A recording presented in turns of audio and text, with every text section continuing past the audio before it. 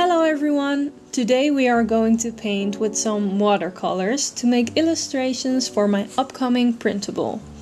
So if you want to paint along, grab your watercolors and brushes and let's get creative.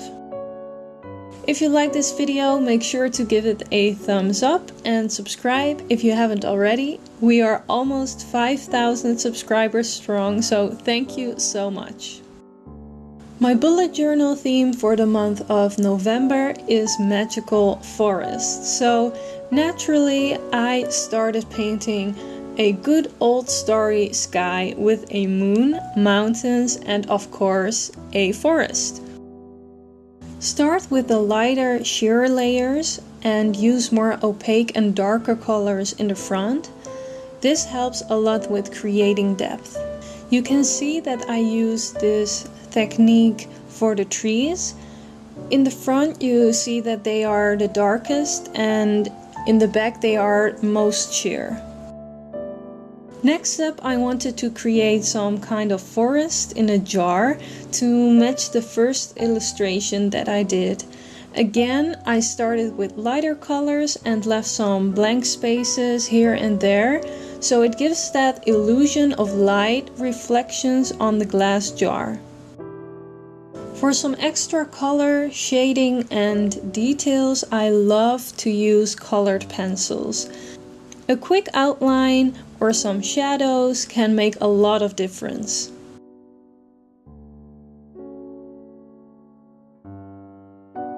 When I think of a forest, I immediately think of leaves, twigs and branches. So I thought it would be cute to draw a few different ones which look like they were taped down with some sheer tape that matches the blue of the glass jar.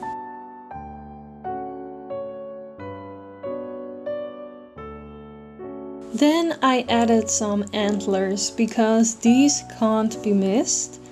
After that, I drew an envelope with some cute fall things in it. Some mushrooms, twigs, leaves and of course wildflowers.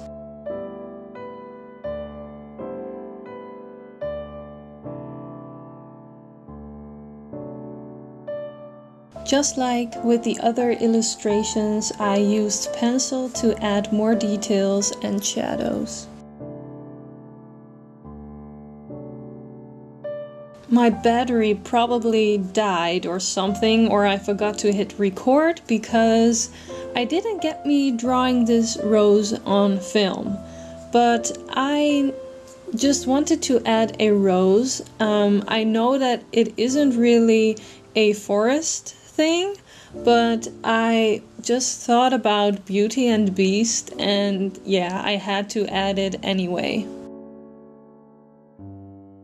Talking about magical, I also painted an emerald green with blue kind of gemstone to add to that magical vibe.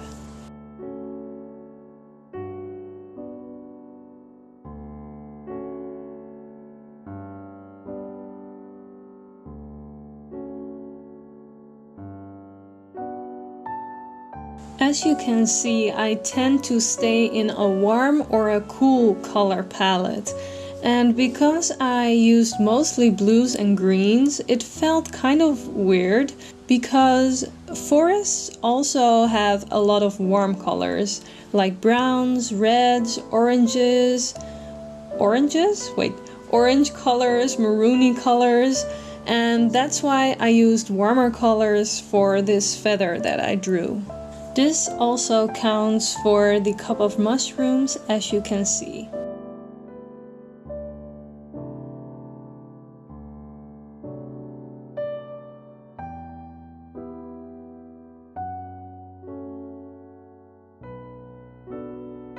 In a forest you can find a lot of insects like beetles and moths and ants and some animals like that. And for some people these animals are kind of scary, and I am one of those people. Like, I love how they look, they are beautiful, but they are also kind of scary. Yeah, it's quite contradicting, huh? Are you a person who likes insects, or loves them, comment with an insect emoji in the comments if you do. Here you see I painted a beetle and a moth, and I try to give the armor of the beetle that duochrome effect by using a lot of water with my watercolors and by not blending the green with the blue too much.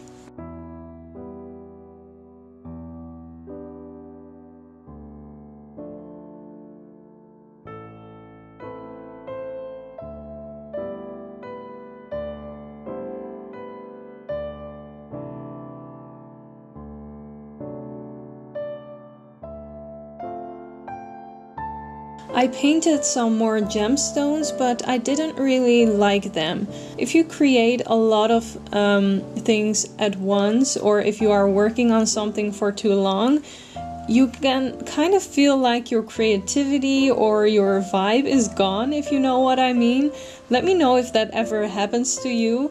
That is kind of what happened here. Lastly, I painted more pine trees and added details to some illustrations to finish everything. And then I decided I was done. This week I will also show you how the final printable looks and how I use it in my bullet journal. But it will be a very different kind of bullet journal video. One you haven't seen before, I think, so make sure to subscribe so you won't miss it.